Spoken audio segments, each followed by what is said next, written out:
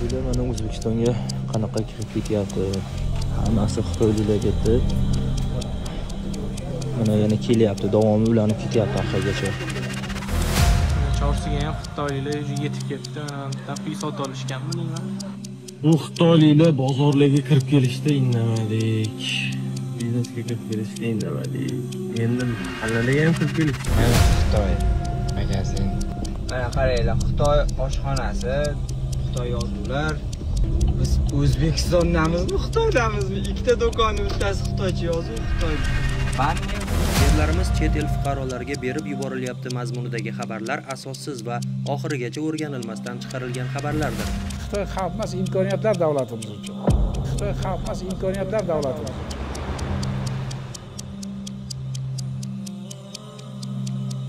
Nafratingizni ularga shu darajada bildiringki, ular bu joylarda qolib ketishiga ko'zi yetmasin. O'zlarini noqulay his qilsin. Tinch yashay olmasin. Xullas, ular bu yerlarda qolib ketmasligi uchun qo'lingizdan kelgan hamma ishni qiling. Mazlum Uyg'ur birodarlarimizga qilgan zulmi uchun ulardan qasos olishimizdan har soniya qo'rquvda, xavotirda yashasin. Buyuk Xitoy devori qanchalar mustahkam qurilganini hammamiz bilamiz. Lekin dushman bostirib kelganda bu devorlarning mustahkamligi foyda bermagan. Chunki ichki xoinlar qal'a darvozalarini dushmanga bir necha marotaba ochib berishgan. Ulardan eng mashhuri 1644-yili general U Sangu darvozani manjurlarga ochib bergan. Xuddi shunday O'zbekistonni bosib olishga ko'z tikib turgan xitoyliklar kirib kelishiga ham darvozalarni ularga lang ochib berayotgan xoin amaldorlarning qo'l izlari ko'rinib qolyapti. Hukumat odamlarni xitoyliklarga nisbatan qarshi reaksiyasini yumshatishga va odamlarni chalg'itishga qo'ldan kelgan hamma narsani qilyapti. Hatto odamlarning orasida xalqni Xitoy xavfidan ogohlantirganlarni chaqirib olib uzr so'rattirishgacha boryapti. 2024-yilda O'zbekistonga 60 mingga yaqin xitoylik keldi va shundan 10 mingtasi ishlashga biznes qilyapti. 100 dan oshig'i o'zbek ayollarimizga uylandi va 2025-yilda 1 millionta xitoylik kelishi plan qilgan. Bu juda katta xavf. Bu xitoyliklar shunaqaki, bular masalan dunyoda mana o'rislarni yomon deyshadi. Bular o'rislardan-da yomon xalq, juda yomon xalq. Bularni tegida boshqa narsalar yotadi. Ya'ni o'sha joylashib olish, o'sha O'zbekistonga joylashib olib, ertaga hammaga demping qilib, hammani sindirgandan keyin uslubiyalarni diktovka qiladi. Bugun rasmiy ma'lumot kelib qoldi. O'shani sizlarga o'qib bermoqchiman. O'sha xitoyliklar haqida bo'lgan har xil shov-shuvlar, o'sha oltin qo'llarni xitoylar sotib olishi yolg'on bo'lib chiqdi. Yerlarni ham xitoyliklar egallab oldi deyish ham yolg'on bo'lib chiqdi. O'shaning uchun vahimaga o'rin yo'q. Yana bir o'zini xitoyshunos deb tanishtirayotgan toifalar hukumatning buyurtmasi bilan ularni salkam xaloskorga chiqarib qo'yapti. Sayfiddin Ahmadovich, Xitoy xavf degan fikr qanchalik o'rinli? Men mutaxassis sifatida aytaman, Xitoy xavf degan tushuncha umuman asossiz. Shu mana shuni nuqtai nazardan olib qaraydigan bo'lsak, Xitoy xavf emas, imkoniyatlar davlatimiz uchun. Bu nima uchun, qayerdan o'zi kelib chiqyapti degan. Ha, bu gaplar, ha? Bu gaplar deganda, birinchidan tan olish kerak, bunaqa nima deydi? Bundan manfaatdor kuchlar kim? Manfaatdor kuchlar kim deydigan bo'lsak, shu axborotni tarqatish va uni orqasidan o'ziga xos turli xil preferensiya deydi, o'ziga xos davleniya qilishga harakat qilayotgan davlatlar bor. Qaysiligini ayta olamizmi? Qaysiligini bizning raqib davlatlarimiz borda. Raqobatchi davlatlar bo'lishi aniq, masalan, borda endi ular. Masalan, shuni endi undan tashqari alohida kuchlar bor. Hozir dunyo globallashuv sharoitida, masalan, deylik, ayrim qo'shni mamlakatlarimizda ham yo shu Osiyo davlatlarida ham joylashib olgan bir terroristik kuchlar bor. Inqillab-sinqillab bildirgan fikrlaridan xitoyliklar ezgu niyatdagi insonlar ekaniga ishontirmoqchi bo'lganini ko'rishingiz mumkin. Oxirgi vaqtlarda haqiqatdan ham bizni ko'chalarimizda, savdo nuqtalarida Xitoy yozuvidagi o'sha peshtaxtalar, Xitoy yozuvidagi reklamalarni ko'payib ketganligi bu fakt. Bu bir yil emas, 3-4 oy ichida keskin darajada oshib ketdi va odamlar haqiqatdan bu diqqatini tortyapti. Kecha ayrim rasmiy idoralar bundan vahima ko'tarish kerak emas, bu yoq degan masalalarni chiqib aytdi. Va ayrim debil o'zini siyosatchi deb o'ylaydigan debillar chiqib bu chetdan uyushtirilayotgan provokatsiya degan gapni ham aytyapti. Shunaqa aytayotgan odamlarga javob yebsan bu gapingga deydigan javob. Siyosatchi bilmayman kim chiqib zakaznoy narsalarga xalqni ayblab yotibdi. Har xil narsada bular sotilgan, bizni ana Xitoy bilan urushtirib qo'ymoqchi tashqi kuchlarni o'yini boshqasi deb. Hech qanaqa unaqa narsa emas. Men ko'rmadim birorta tashqi kuchga sotilgan, mana shu e'tiroz qilayotgan odamni shu tashqi kuchga sotilib gapirayotganligini. Xitoy ular aytgandek xaloskor va mehribon bo'ladigan bo'lsa, nega o'sha mehribonligini Sharqiy Turkistondagi Uyg'urlarga qilmayapti? Ularni dinini, tilini va millatini yo'q qilishga astoydil kirishganini ular qayta tarbiyalash lagerlari nomi ostida ochgan qamoqxonalardan ham bilishingiz mumkin. Yana bir boshqa tarafda hukumat parvarishlab kelayotgan diniy blogerlar toifasining aytishi bo'yicha O'zbekistonda yerlar sotilmasmish, ijaraga berilarmish. Xitoyga darvozani ochib beradiganlar ham aynan shunga o'xshash yalaqi toifalar bo'ladi. Biz Xitoy O'zbekiston yerlarini sotib olyapti deganimizda, o'sha yerlarni ustida turib boshqaruvni o'z qo'liga oladi degan narsani nazarda tutganmiz. Yer o'z joyida turishini hammamiz bilamiz. Xitoy sotib olgan yerlarni qopga solib orqalab Xitoyga olib ketmaydi. Bular bo'lsa so'z o'yini qilib o'zbeklarning yeri faqat ijaraga beriladi deb xalqni chalg'ituvchi bayonotlar bilan chiqishyapti. Yerlarimiz chet el fuqarolariga berib yuborilyapti mazmunidagi xabarlar asossiz va oxirigacha o'rganilmasdan chiqarilgan xabarlardir. Shu o'rinda fuqarolarimizdan har xil aldovlarga uchmasliklarini, ijtimoiy tarmoq faollaridan esa yolg'on va asossiz xabarlarni tarqatmaslikni so'rab qolamiz. Zero oxiri o'ylanmay qilingan yuqoridagi kabi holatlar aholida norozilik, qonunlarga nisbatan ishonchsizlik kayfiyatini keltirib chiqarishi, hatto investitsiya muhitiga salbiy ta'sir ko'rsatishi mumkinligini unutmang. Xalqning mulkini talon-taroj qilishni kasb qilgan amaldorlar xitoyliklarni yotib olib himoya qilishi, ularga cheksiz imkoniyatlarni berishi, kerak bo'lsa o'z xalqidan ustun qo'yishi va Xitoy xavfidan ogohlantirgan vatandoshlarni omma oldida uzr so'rashga majburlashi bu xavotirli holat. Xullas, Xitoy qarz qopqoniga tushirib, tortib olgan yerlarda ijaraga deysizmi, vaqtinchalik foydalanishga deysizmi, nima deyishingizni ularga umuman qizig'i yo'q. Ular egallagan yerlarni qaytarib bermasligini Qirg'iziston, Qozog'iston, ayniqsa Tojikiston misolida ko'rdik. O'zbekiston bilan ham shunday bo'lmasligiga kim kafolat beradi? Ayrim davlatlarning, Afrikaning davlatlarining yalpi ichki mahsulotini 90-80% xitoylik investitsiyalar hozirgi kunda. Boshqachasiga yoki grubiroq qilib aytganda, Afrikaning yarmisi Xitoyning qarzida. Qozog'iston birinchilar bo'lib o'z yerini Xitoyga berishni boshladi. 1994-yilda 1-marta Qozog'istonning birinchi prezidenti 948 kvadrat kilometr yerini Xitoyga berdi. Oradan 3 yil o'tib 1997-yilda yana 300 kvadrat kilometr yerini berdi. Moganda qarangda bir почти deyarli 1,5 kvadrat kilometr yerini Qozog'iston berdi. 97-99-yil Qirg'izistonning birinchi prezidenti Asqar Akayev tantanali ravishda 161 kvadrat kilometr yerini bergan Xitoyga. Tojikiston bir necha marta. Birinchi o'sha 2000-yilda 200 kvadrat kilometr, keyin yana 100 kvadrat metr, 2011-yilda 1100 ko'z oldingizga kelib 1100 kvadrat kilometr yerni Badaxshon viloyatidagi tog'li yerlarni Xitoyga berdi. Mamlakatdagi katta-katta bozorlarni sotib olayotgani, mehmonxonalarni binosi bilan sotib olayotgani, xo'jalik yerlarni qimmat narxlarda bo'lsa ham sotib olayotganiga nimaga munosabat bildirmayapsizlar?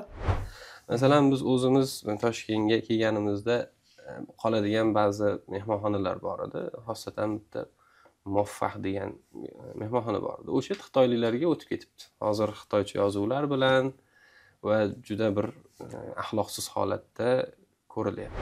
Amerika Afg'onistondan chiqib ketgandan keyin Xitoy mana shu holatga nima deb munosabat bildirganini bilasizmi? Biz Amerika va Rossiyaga o'xshab qo'shin kiritmaymiz. Biz O'rta Osiyo yerlarini sarmoya kiritish orqali egallab olamiz degan edi. Xuddi shunday, ular bizni yurtlarga bizga mehribonlik qilib sarmoya kiritmayapti. Ular asosan kichik bizneslarga e'tibor qaratyapti. Kichik bizneslarni sindirish uchun 1-2 yil ziyoniga bo'lsa ham tovarni 2 barobar arzon bahoda sotib ishlab turadi. Mahalliy tadbirkorlar bunga dosh bera olmay o'z-o'zidan sinib ketadi va bozorni tashlab chiqishga majbur bo'ladi. Xitoy bozorni o'ziniki qilib olib, qolgan raqobatchilarni chiqazib yuborgandan keyin tovarni xohlagan narxida sotishni boshlaydi. Shundan keyin ular avval yarim bahosiga sotib ko'rgan zararini 5-10 barobar qilib chiqazib oladi.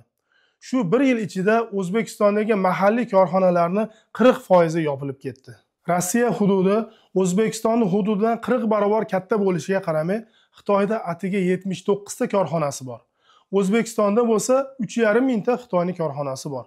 Ular shuncha korxona, zavod, fabrikalarda shundoq tashab ketadi deb o'ylaysizmi? Samolyot to'la xitoyliklar oqib kelayotganini hammamiz ko'ryapmiz. Ular bizni baxtli qilish uchun kelayotgani yo'q.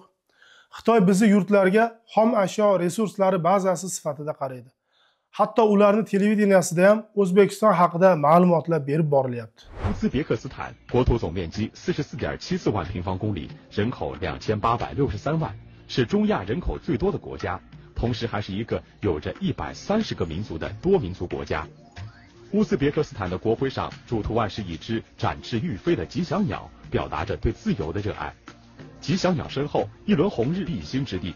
我国汉代的外交使臣张骞和 Xitoy Uyg'ur birodarlarimiz yerlarini okkupatsiya qilib bosib olgandek, bizni ham yerlarni bosib olmasligiga ishonchingiz komilmi? Xitoy Mo'g'uliston yerlarini 43% ni egallab olgan. Bu narsa bizga unchalik achinish hissini bermasligi mumkin. Lekin Uyg'urlar bizni aka-ukalarimiz. Biz bir urug', bir elatmiz. Ko'z oldimizda bir millat yo'qolib ketyapti. Nega ularga qilayotgan zulmlarga ko'z yumamiz? Illoki Uyg'ur qardoshlarimizni boshiga kelgan narsalar bizni ham boshimizga kelmagungacha ishonmay o'tiraveramizmi? Yana bir toifa Xitoy kirib kelsa investitsiya keladi, rivojlanib ketamiz deyapti. Xitoy investitsiyasi bilan birga Xitoy xalqi ham kirib keladi.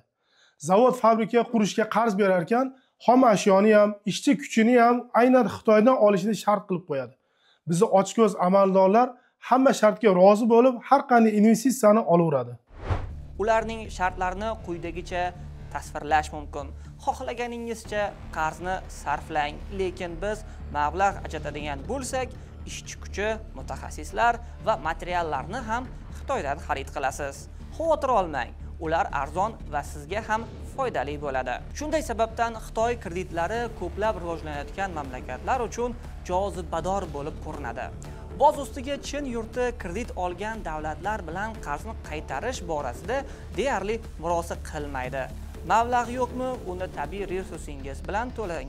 Temir yo'l, zavodlar, portlar, yana nimalar bor edi? Fransiya investitsiya kiritsa, mamlakatga fransuzlar xitoyliklarga o'xshab ommatan ko'chib kelmayapti-yu. Mana Xitoyda o'ziga boring. Agar siz sarmoya kiritaman desangiz, o'z xalqiga solgan soliqni 3-4 barobarini soladi. Maqsad mahalliy bozorga boshqa savdogarlarni kiritmaslik. Bizda bo'lsa, o'z fuqarosiga bermagan imtiyozlarni xitoyliklarga tortiq qiladi. Natijada o'zbek xalqi qon qaqshab qolaveradi. Sodda o'zbeklar hukumatning propagandasiga ishonib, xitoyliklar kelsa zavod, fabrikalar quriladi, ishchi o'rinlar yaratiladi deb xursand bo'lib yuribdi. Lekin xitoyliklar zavod quradigan bo'lsa, o'zini xitoyligini olib kelib ishlatadi. Ertaga hamma joyni xitoyliklar bosib ketgandan keyin o'zbek yana o'zga yurtga ishlagani ketishga majbur bo'ladi. Xitoyni himoya qilayotgan amaldorlarning holati boshqa. Ularning holatiga qarasangiz, hammasini qo'lida chet el fuqaroligi va chet davlatlarda villalari bor. Ular ertaga yurtni sotib ketish uchun allaqachon boradigan joyiga zamin yaratib qo'yishgan. Xullas, ularni ishi bitgandan keyin ertaga boradigan joyi bor, lekin jafokash o'zbek xalqi qayerga ham borsin? Shuning uchun tinimsiz xalqni xotirjamlikka, shovqin ko'tarmaslikka chaqirib yotibdi. Xitoy bizni yerlarda o'zlashtirishda qanday taktikalarni qo'llaydi? Birinchidan, sarmoya kiritadi va mana shu sarmoya kiritish asnosida o'zini talablarini qo'yadi va mana shu talablarni qay darajada bajarilayotganini kuzatib boradi. Ular bu kuzatuvlarni o'zlarini Xitoy kafe va restoranlarida yig'ilib hisobot shaklida yuqoriga taqdim qilib borishadi. Har bir vazifa taqsimlangan. Kimdir xalqni bozorlarni o'rgansa, yana kimdir xalqni dindorlik darajasini o'rganadi. Bir tanishim aytishi bo'yicha, bir kuni Ashxobod bog'ida aylanib yursam, bir xitoylik atrofda videoga olib o'tiribdi. Bir hijobli ayolni yaqinlashtirib qayta olyapti. yoniga borib nima qilyapsan deb qattiqroq gapirsam, o'zini jinnilikka solib tirjayishni boshladi deydi. Ular mana shu shaklda o'zbek xalqini dindorlik darajasini ham kuzatib borishadi. Siz ham xuddi shu holatga duch keladigan bo'lsangiz, befarq bo'lib o'tib ketmang. Ular ham o'z yurtida birorta turistdan shubhalansa, uni darrov tergov qilishga o'tishadi. Futbolkasidan tortayotgan bir guruh xitoyliklarni ko'rishingiz mumkin, xitoylik faollarni. Bunga sabab bu Yevropadan kelgan sayyohlarning ustidagi kiyimida Yaponiyani jangda foydalanadigan bayrog'i, ya'ni harbiy bayrog'i ramzi tushirilgan. Shunga Yevropalik sayyohlar nimaga bunaqa kiyimni kiyib yuribsan, bizning Xitoyda Yaponiyani ramzi tushirilgan deb sarmoya kiritish bilan birga o'z xalqini o'sha yerlarda yerlashib qolishga undaydi. Borgan joyida mol-mulk sotib olishga, yerlik aholi bilan turmush qurishga ko'mak pullarni ajratadi. Xullas, nima qilib bo'lsa ham o'sha joyda xitoylik fuqarolar adadini ko'paytirishni maqsad qiladi. Mamlakatni egallashning yana bir yashirin usuli bor, ya'ni demografiya yo'li bilan egallash. Buni ko'pchilik payqamaydi, ammo Xitoy shunchaki bozorlarni egallash bilan cheklanmay, bu yerda o'z ta'sirini kelgusi avlodlarga qoldirishni istaydi. Xo'sh, bu qanday ishlaydi?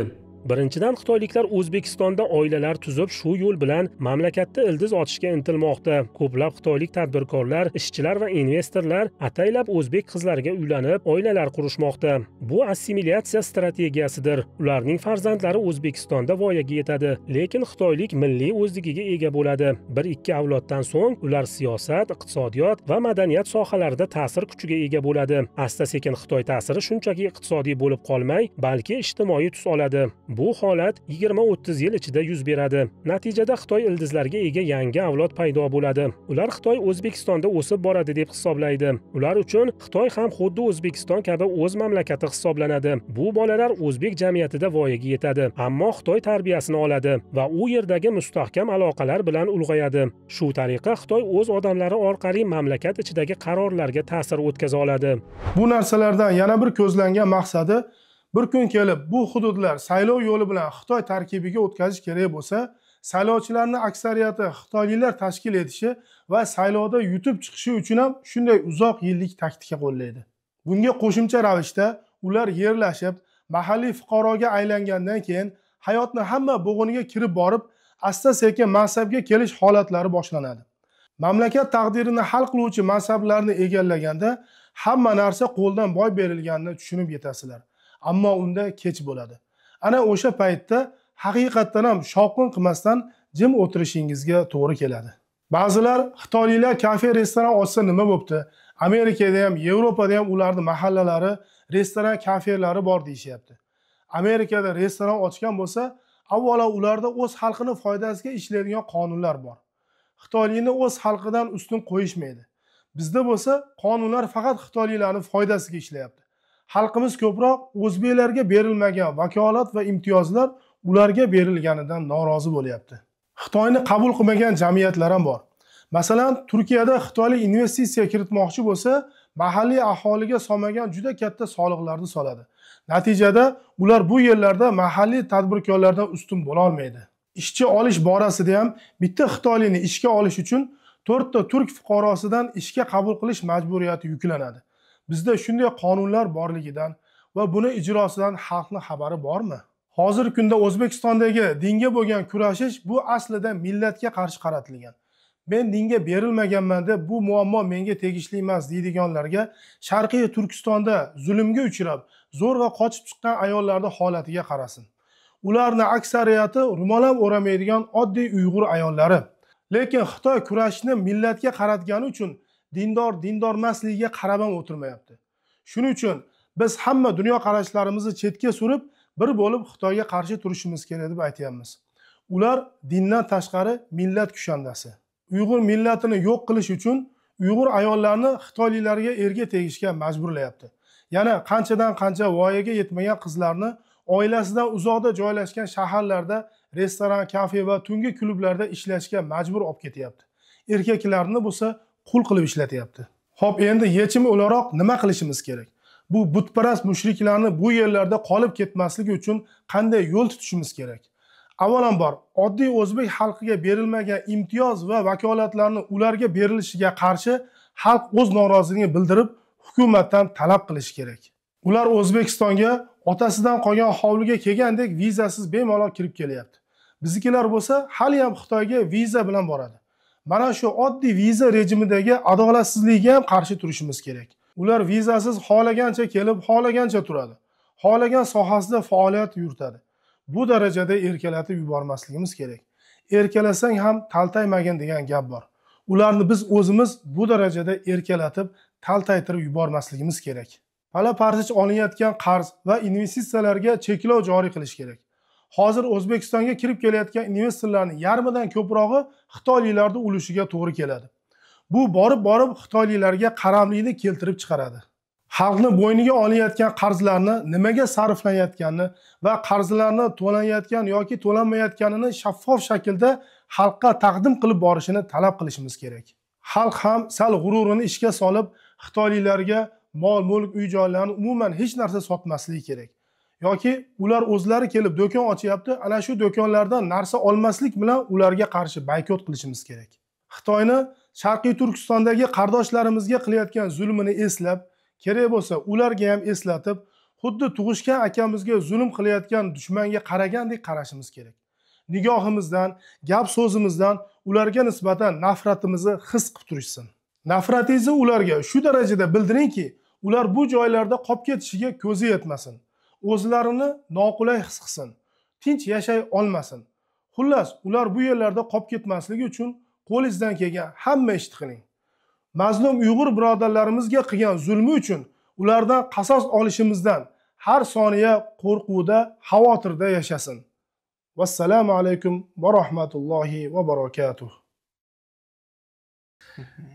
Qo'qonda yaqinda bitta katta magazin ochildi. 70 ta odam ish bilan ta'minlandi va arzon mahsulot yetkazib beryapmiz degan reklama bilan chiqildi. Hokimiyat ham bu narsani xuddi shu ko'rinishda olib chiqishdi axborotga. Yana 70 ta yoshda ish bilan ta'minladi. Lekin u bozor hududi. Bilasiz, Qo'qon xalqini asosiy qismi bozordan tirikchilik qiladi. 3 ta katta bozorimiz bor. Aynan shu bozorda o'rtasida joylashgan katta yo'lni bo'yida magazin ochildi. Ishlab chiqarishi ham o'zida, sotuvi ham o'zida. Endi men bozorchilar bilan gaplashdim, atdagi tadbirkorlar bilan, kichik tadbirkorlar bilan aytishyapti, bizi savdomiz bu ochilgandan keyin keskin tushib ketdi.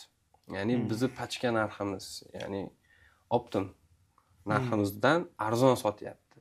Ya'ni bu demping holat. Shunchaki arzon sotilmayapti. Boshqa o'yinchilarni bozordan chiqarib yorishlik uchun ko'targaniga sotish desa ham bo'ladi. Ya'ni dempingni ma'nosi yoyib ketsak ham bo'ladi. Ko'pchilik tushunishadi, lekin tushunmaganlar uchun ma'lum vaqt demping asosida, ya'ni narxni tan narxidan ham pastroqqa sotishi mumkin, qolgan o'yinchilarni o'yindan chiqarish uchun. Ya'ni boshqa tadbirkorlar u raqobat qila olmaydi. Sababi tan narxi o'zi qimmat, foyda qo'yish kerak, uni ijarasi bor, oyligi bor, yana kommunal to'lovlari bor. Umuman olganda qoplamaydi-da, o'z-o'zidan tadbirkorlikdan chiqishga to'g'ri keladi. Xitoy Respublikasi tadbirkorlarini, ya'ni o'zlarining tadbirkorlarini juda katta subsidiyalar bilan qo'llab-quvvatlashyapti. Qaysi ma'noda? Tadbirkorga borib o'zi 100 so'mlik narsani 2 so'mga sotib ol desangiz yoki o'zi 100 so'mlik narsani 150 so'mga sot desangiz yoqmaydi. Davlat nima qilyapti? Xitoy davlati, sen sotaver, men qolganini qoplab beraman degan ko'rinishda takliflar beryapti deb eshitdik.